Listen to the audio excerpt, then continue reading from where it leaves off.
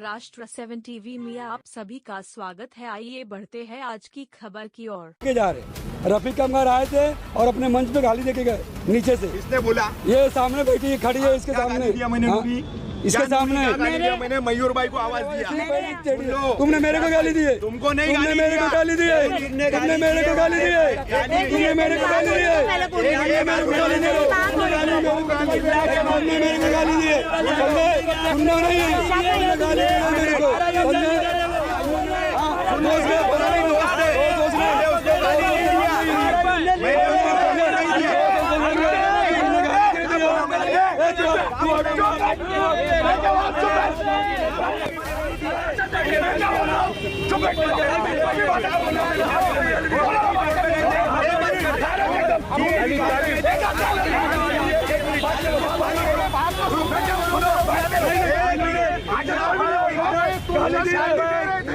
Rajiv Gandhi hawkers union के अध्यक्ष हैं, क्या बताना चाहेंगे आप, क्या पूरा मामला हुआ था?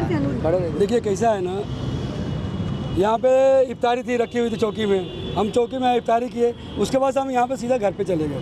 वहाँ पे नमाज़ नहीं पढ़ा था, मैंने जाकर नमाज़ पढ़ा। उसके बाद वहाँ से मैं नमाज़ पढ़ रहा था, उतने कितने फ़ोन आने लगे कि पूरा रास्ता जाम है, रिक्शा वाले रिक्शा आंदोलन किए हुए।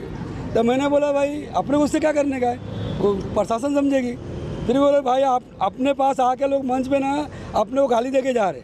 रफीक कामगार आए थे और अपने मंच पे गाली देके गए नीचे से। किसने बोला? ये सामने बैठी खड़ी है, इसके सामने इसके सामने मैंने मयूर भाई को आवाज दिया। तुम आवाज नहीं दी, तुम्हारी आवाज ऐसी पैसे चढ़ी है। तुमने मेरे को गाली दी है। तुमको नहीं, तुमने मेरे को गाली दी है। तुमने मेरे को गाली दी है। तुमने मेरे को गाली दी है। तुमने मेरे को गाली दी है। तुमने मेरे को गाली दी है। सुनना नहीं है, गाली दी है मेरे को।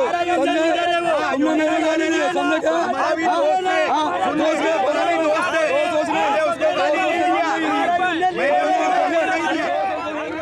क्या मामला हुआ था जिस तरह से राजीव गांधी हॉकर्स यूनियन के जो अध्यक्ष है वो कह रहे हैं कि कुछ गाली गलौज हुई थी, क्या हुआ था पूरा? आपके सवाल के जवाब में आपसे एक सवाल पूछूंगा। आप किस्मत कॉलोनी पे थे? नहीं।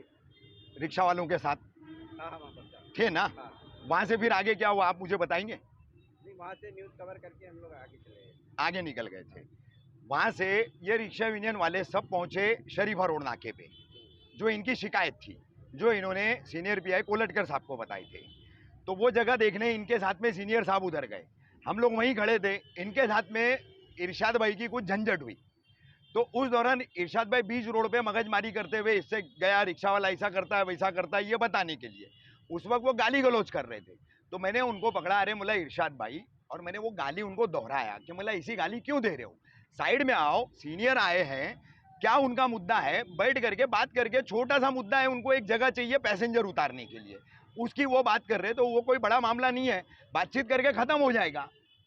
अब इस बात में मैंने उनको क्या गलत बोल दिया, क्या मैंने उनके मार्केट को टारगेट किया, क्या मैंने, वो मुझे बोल रहे कि वीडियो नहीं बनाना हमारे मार्केट का, हमारे मार्केट की न्यूज़ नहीं बनाना, तो मतलब क्या मार्केट में कुछ भी चलते रहेगा और तुम पत्रकार को इस तरीके से बोलते रहोगे क्या? लेकिन क्या वजह, क्यों नहीं बनाना न्यूज़?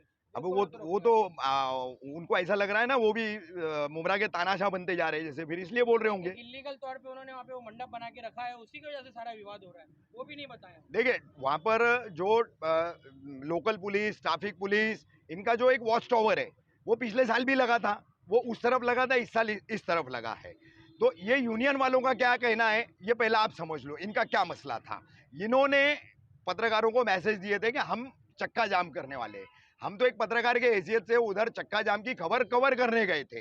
सिर्फ इतना है कि वो भी पुराने ताल्लुकात के, ये भी पुराने ताल्लुकात के हैं, आपस में झगड़ा ना हो इसके लिए मैंने उनको समझाया कि गाली गलौज करके काय को गर्मा गर्मी कर रहे हो, किस लिए कर रहे हो। तो उनको ऐसा लगा, उनकी दी हुई गाली मैंने दोहराई कि मैंने गाली दिया उनको, जबकि मैंने उनको कोई गाली गलौज नहीं की थी, क्योंकि मेरा कोई मसला ही नहीं था। मैं तो सिर्फ दोनों पक्षों को समझाने की बात कर रहा था कि भाई 2 दिन 3 दिन रमजान के बच्चे हैं, अब जो भी है एक सॉल्यूशन निकाल करके एडजस्ट करके उस मसले को खत्म करो। अब उन्होंने गलत फहमी में आकर के उधर गाली गलौज करना, हाथ पांव तोड़ने की धमकी देना, इन लोगों को भी हम लोगों को भी, और फिर आकर के उल्टा यहाँ पर कंप्लेंट करना, इस तरीके का काम किया। बाकी और कोई मामला नहीं था। हाँ, हमने भी कराया ना, मैंने भी कराया हूँ, मैंने भी अपनी कंप्लेंट दिया हूँ। 504, 506 के तहत मेरी भी शिकायत उनके खिलाफ दर्ज हुई है। और मुझे ज़्यादा बोलने की ज़रूरत नहीं है, आप सभी मकामी पत्रकार हो यहाँ के, क्या वहाँ की सच्चाई है, क्या है मामला, सब आप लोग जानते हो। क्या मैं उसके बोलूँ वापस से और फिर उस पर बातें करूँ मैं फिर से? मनपा की भी कोताही है उधर, है साफ तौर पर है, साफ तौर पर है। जैसे देखो, अभी आप चले जाओगे तो अमृत नगर से ले करके तो कौसा कब्रिस्तान तक पाकिजा टावर, और उसके बाद कौसा कब्रिस्तान का जो चलने का ऊपर का रास्ता है, वो जो वहां पर भी अभी धंधे लगने लग गए। अगर आधे से ज्यादा रोड के ऊपर गरीब के पेट के नाम पर रास्ता कब्जा हो जाएगा तो शहर का आदमी चलेगा कहाँ से? एम्बुलेंस, हाँ, एम्बुलेंस फंसेगी, कोई बड़ा बुजुर्ग है, हाँ, कोई भी मसला हो सकता है। तो एक पीला पट्टा जो दिया गया है उस बैरिकेड में हॉकर को रहना चाहिए। अब सबको पता है कि सीजनल धंधे वाले आते हैं, उनको कौन बुलाता है, कौन लगवाता है, कौन पैसे लेता है, सब लोगों को ये खुला सच पता है सबको। अब मेरा सिर्फ मामला ये था कि इनके और उनके बीच में वहां झंझट होने जा रहा था, तो मैंने उनको समझाने की कोशिश किया, अलग करके छुड़ाया। हाँ, और वो उसको गलतफहमी में ले लिए, जबकि मेरा उनका कोई झगड़ा था ही नहीं। मैंने सिर्फ उनके यूनियन के पदाधिकारी जो टावर में मयूर सारंग बैठे थे क्या, और वो नूरी करके है, हाँ, तो मैंने बोला आप जिम्मेदार लोग बैठे हो और आपके सामने ये इस तरीके से अगर मंडप आपके टावर की आड़ में धंधे लगेंगे तो फिर इनकी तो शिकायत जायज है ना। फिर ये क्या गलत बोल रहे हैं? आप पीछे छपड़ियां भी लगाए हो, उसके आगे धंधे की दो लाइन और लगाओगे तो, और फिर पार्किंग लगेगी तो फिर रिक्शा वाला रिक्शा रोकेगा कहाँ, पैसेंजर उतारेगा कहाँ? देखिए, सभी रिक्शा वाले खराब नहीं है और सभी रिक्शा वाले भी अच्छे नहीं है, दोनों तरह के लोग हैं उसमें। बिगर लाइसेंस बैच चलने वाले, बगैर वैलिड गाड़ी को, स्क्रैप गाड़ियों को लेकर चलने वाले, यहाँ कितने सैकड़ों की तादाद में रिक्शा वाले हैं। अब ये लोग उनके भी खिलाफ बोलते हैं, प्रशासन कार्रवाई नहीं करता, तो लगता है ऐसा कि ये खामखा भौंक रहे, खामखा चिल्ला रहे, बस ये एक पिक्चर क्रिएट होती है, होता जाता कुछ नहीं है, हुआ होता है। क्योंकि जब तक प्रशासन सख्ती से इस पर काम नहीं करेगा तब तक ये मसला हर रमजान में पैदा होता रहेगा। हॉकर्स यूनियन में क्या मसला हुआ था जो विवाद चौकी तक पहुंचा? रिक्शा असल में मसला कैसा है तुमको मालूम है क्या? हॉकर्स यूनियन जो है, इनको जो हद दी गई है ना, इनको एक बैरिकेटिंग की हद दी गई है। इसके बाहर उन्होंने शरीफा रोड के ऊपर कम से कम नहीं बोल के भी 9 फुट का मंडप बना दिया, और वो मंडप ऐसी जगह पॉइंट पे बनाया कि उसके आगे का जो पूरा पट्टा है ना, वो पूरे पट्टे के ऊपर जो इनके अभी इनके धंधे वाले कि कोई और धंधे वाले हमको नहीं मालूम, मगर उधर धंधे लग रहे। वो इतनी बड़ी जगह है कि उधर 2 रिक्शा साइड में दब के पैसेंजर उतार भी सकती है और चढ़ा भी सकती है। हमारा विरोध ये था कि भाई तुमने जो डीसीपी साहब के आदेश का उल्लंघन कर रहे हो ना, डीसीपी साहब ने इनको आदेश दिया था कि इस बार वो बैरिकेटिंग के बाहर धंधा नहीं लगेगा क्या, मगर उसके बाद भी 20 रोजा क्रॉस होने के बाद उसके बाहर धंधे लग रहे, और धंधे लगने के बाद में जो रिक्शा वाला वहाँ पर पैसेंजर उतारने के लिए भी खड़ा हो रहा है, तो उनके वॉलंटियर जो है ना वो रिक्शा वालों को धमका रहे, उनसे मारम पीटी कर रही। तो आज हमने 2 दिन से हमने आह्वान किया था कि हम रिक्शा बंद करेंगे और रोड पे चक्का जाम करेंगे। आज हमने भी वहाँ पर गई जी थी। जी पुलिस ने क्या आप लोगों को आश्वासन दिया है, उसके बारे में बताइए। जी, सीनियर साहब जब आए ना, तो सीनियर साहब ने हमको क्या बोला, आप लोग ऐसा मत कीजिए, आपका जो तकलीफ है हमारे साथ में चलिए और हमें बताइए, हम उसका सोल्यूशन निकाल के देते। तो हमने जब वो मंडप के पास लेके गए तो उधर पे धमकी दी जा रही है कि अगर ऐसा करोगे तो हाथ तोड़ देंगे, पैर तोड़ देंगे, रिक्शा वालों का ऐसा कर देंगे। के सामने धमकी दी गई है। सब थे, सीनियर साहब भी थे, सीनियर साहब के सामने ही हमारी धमकियाँ दे दी जा रही थी।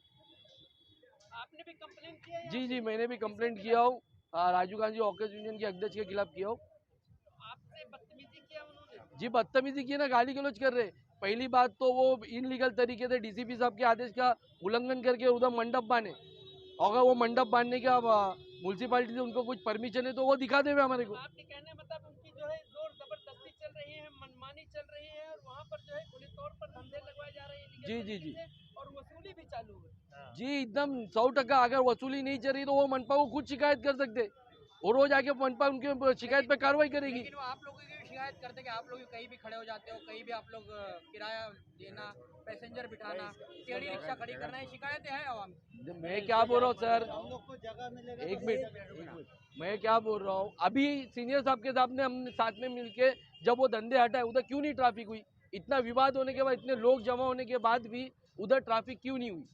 अगर रिक्शा वाला गलत रहता है, रिक्शा तो चली रही थी, मगर फिर भी वो रोड खाली क्यों था? धंधे हट गए, गाड़ियां अंदर से जाने लगी, पब्लिक अंदर से चलने लगी, तो वो रोड खाली था ना, सब पत्रकार साथ में थे हमारे।